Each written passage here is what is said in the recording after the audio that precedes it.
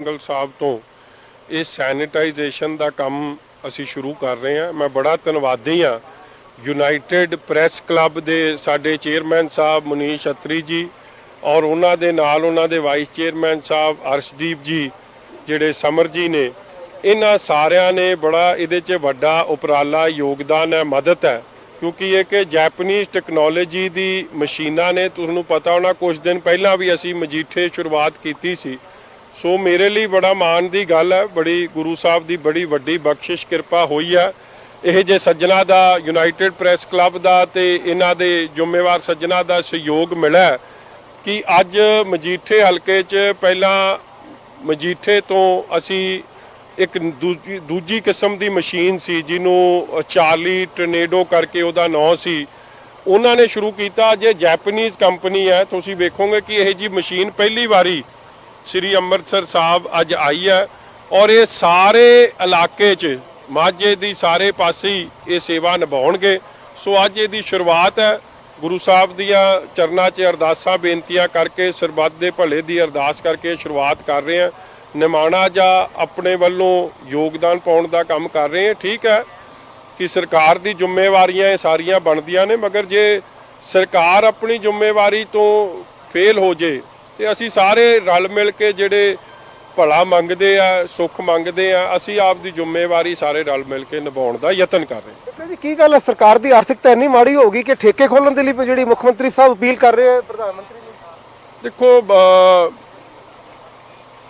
सुभाविक है कि हले कैप्टन अमरिंदर सिंह जी नूं ध्यान इस गल ते देना चाहिए कि किसानां दी कणक दी लिफ्टिंग सही तरीके नाल हो जाए, क्योंकि ਉਹਦੇ ਨਾਲ भी बड़ा वड्डा इकनॉमिक बूस्ट सरकार ਨੂੰ मिलना। मगर मैं समझदा पता नहीं उन्होंने किहड़ियां मजबूरियां ने होणियां कोई, मैं ਉਹਦੇ बारे एवें इस वेले नुकताचीनी च नहीं पैना चाहुंदा, मगर मैं समझदा कि वड्डी जिम्मेवारी किसानां प्रति, पंजाब दे लोकां प्रति, ਜਿਹੜੇ ਹੈਲਥ ਵਰਕਰਸ ਹੈ ਉਹਨਾਂ ਪ੍ਰਤੀ, ਜਿਹੜੇ ਫਰੰਟ ਲਾਈਨ 'ਚ ਲੜ ਰਹੇ ਆ ਵੱਖ-ਵੱਖ ਮਹਿਕਮੇ ਦੇ, ਚਾਹੇ ਉਹ ਪੁਲਿਸ ਵਾਲੇ ਨੇ ਸਾਡੇ ਵੀਰ, ਚਾਹੇ ਉਹ ਸਫਾਈ ਕਰਮਚਾਰੀ ਨੇ, ਚਾਹੇ ਉਹ ਬਿਜਲੀ ਬੋਰਡ ਦੇ ਮੁਲਾਜ਼ਮ ਨੇ, ਚਾਹੇ ਉਹ ਹੁਣ ਕਣਕ ਦੀ ਜਿਹੜੀ ਖਰੀਦ 'ਚ ਵੱਖ-ਵੱਖ ਮੁਲਾਜ਼ਮ ਲੱਗੇ। ਇਸ ਲਈ ਜਿਹੜਾ ਮੁਲਾਜ਼ਮ ਵਰਗ ਹੈ, ਜਿਹੜੇ ਫਰੰਟ ਲਾਈਨ ਤੇ ਜ਼ਿੰਮੇਵਾਰੀ ਨਿਭਾ ਰਿਹਾ, ਉਹਨਾਂ ਦੀ ਚਿੰਤਾ ਕਰਨੀ, ਉਹਨਾਂ ਨੂੰ ਹੈਲਥ ਇੰਸ਼ੋਰੈਂਸ ਕਵਰ ਦੇਣਾ, ਉਹਨਾਂ ਦੀ ਤਨਖਾਹਾਂ ਦੁੱਗਣੀਆਂ ਕਰਨੀਆਂ, ਇਹਨਾਂ ਸਾਰੀਆਂ ਚੀਜ਼ਾਂ 'ਚ ਵੱਧ ਪ੍ਰਾਇੋਰਟੀ ਦੇਣ। ਔਰ ਫਿਰ ਨਾਲ ਦੀ ਨਾਲ ਸੁਭਾਵਿਕ ਹੈ ਕਿ ਸਰਕਾਰ ਨੂੰ ਵੀ ਰੈਵਨਿਊ ਦੀ ਲੋੜ ਹੈ ਤੇ ਕਿੱਥੋਂ ਆ ਸਕਦੀ ਉਹਦੇ ਵੱਲ ਜ਼ਰੂਰ ਧਿਆਨ ਦੇਣ। ਪਰ ਮਜੀਠੀਆ ਸਾਹਿਬ, ਅਜਿਹੇ 'ਚ ਜਦੋਂ ਸਰਕਾਰ ਆਪਣੀ ਜ਼ਿੰਮੇਵਾਰੀ ਤੇ ਪੂਰੀ ਉਤਰ ਨਹੀਂ ਰਹੀ, ਲੋਕਾਂ ਤੱਕ, ਲੋੜਵੰਦ ਪਰਿਵਾਰਾਂ ਤੱਕ ਰਾਸ਼ਨ ਨਹੀਂ ਪਹੁੰਚ ਰਿਹਾ, ਦਵਾਈਆਂ ਨਹੀਂ ਪਹੁੰਚ ਰਹੀ, ਉਸ ਅਜਿਹੇ ਵੇਲੇ 'ਚ ਕਣਕ ਦੀ ਸੰਭਾਲ ਛੱਡ ਕੇ, ਲੋਕਾਂ ਦੀ ਫਿਕਰ ਛੱਡ ਕੇ ਠੇਕਿਆਂ ਦੀ ਫਿਕਰ ਕਿਉਂ ਕੀਤੀ ਜਾ ਰਹੀ ਹੈ?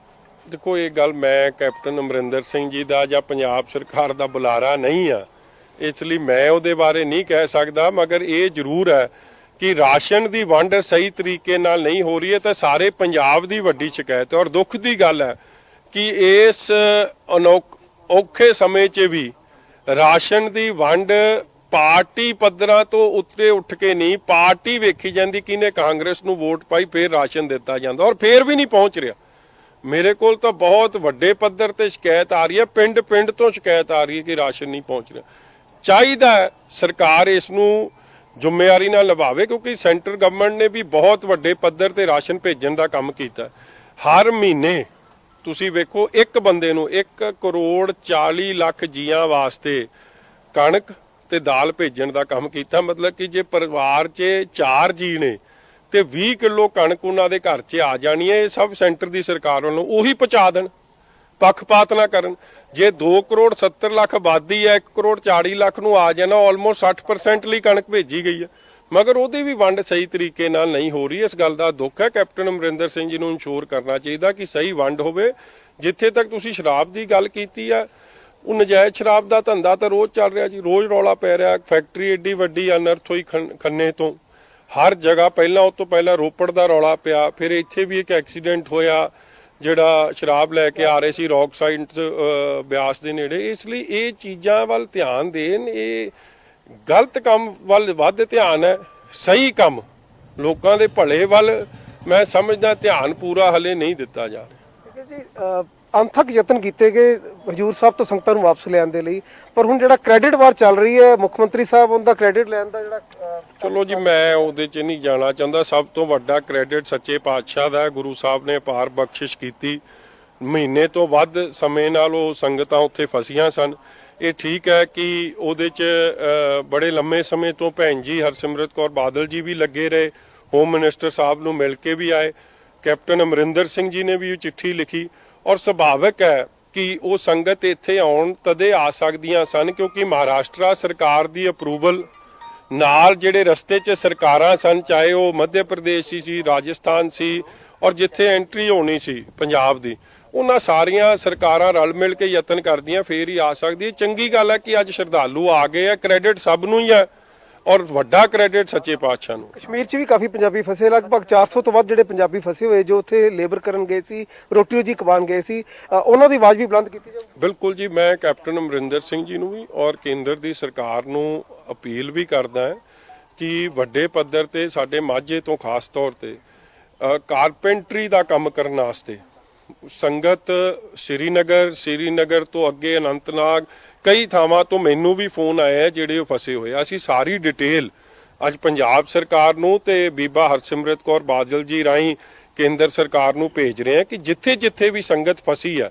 ਉਹਨਾਂ ਨੂੰ ਵਾਪਸ ਲਿਆਉਣ ਦਾ ਕੰਮ, ਜਿਵੇਂ ਨੰਦੇੜ ਸਾਹਿਬ ਤੋਂ ਕੰਮ ਸ਼ੁਰੂ ਹੋ ਗਿਆ, ਉਸੇ ਤਰ੍ਹਾਂ ਹੋਰ ਜਿੱਥੇ ਡਿਮਾਂਡ ਆ ਰਹੀ ਹੈ ਲੋਕਾਂ ਦੀ, ਬਾਰ-ਬਾਰ WhatsApp ਮੈਸੇजेस, ਸੋਸ਼ਲ ਮੀਡੀਆ ਤੇ ਮੈਸੇजेस ਆ ਰਹੇ ਆ, ਉਹ ਸੰਗਤ ਨੂੰ ਵਾਪਸ ਲਿਆਉਣ ਦਾ ਕੰਮ ਕਰਨ ਕਿਉਂਕਿ ਸਾਰੇ ਜਿੱਥੇ ਬੈਠੇ ਆ ਬੜੇ ਔਖੇ ਹਾਲਾਤਾਂ 'ਚ ਬੈਠੇ ਔਰ ਬਹੁਤ ਮੁਸ਼ਕਿਲ ਹੋ ਰਿਹਾ, ਇਸ ਲਈ ਉਹਨਾਂ ਦਾ ਵਾਪਸੀ ਯਕੀਨੀ ਬਣਾਈ ਜਾਵੇ। ਜੀ ਲਾਸਟ ਸਵਾਲ, ਕਣਕ ਦੀ ਫਸਲ ਤਿਆਰ ਖੜੀ ਹੈ ਜਾਂ ਵਾਢੀ ਚੱਲ ਰਹੀ ਹੈ, ਮੌਸਮ ਲਗਾਤਾਰ ਰੰਗ ਬਦਲ ਰਿਹਾ, ਕਾਫੀ ਨੁਕਸਾਨ ਪਹਿਲਾਂ ਵੀ ਜਿਹੜਾ ਇਸੇ ਬਰਸਾਤ ਕਰਕੇ ਹੋ ਚੁੱਕਿਆ ਹੈ, ਮੰਗ ਕਰੋਗੇ ਕਿ ਕਿਸਾਨਾਂ ਨੂੰ ਬੋਨਸ ਦਿੱਤਾ ਜਾਵੇ? ਦੇਖੋ, ਮੈਂ ਅੱਜ ਨਹੀਂ, ਮੈਂ ਤਾਂ ਪਿਛਲੇ ਕਈ ਦਿਨਾਂ ਤੋਂ ਇਹ ਮੰਗ ਉਠਾ ਰਿਹਾ।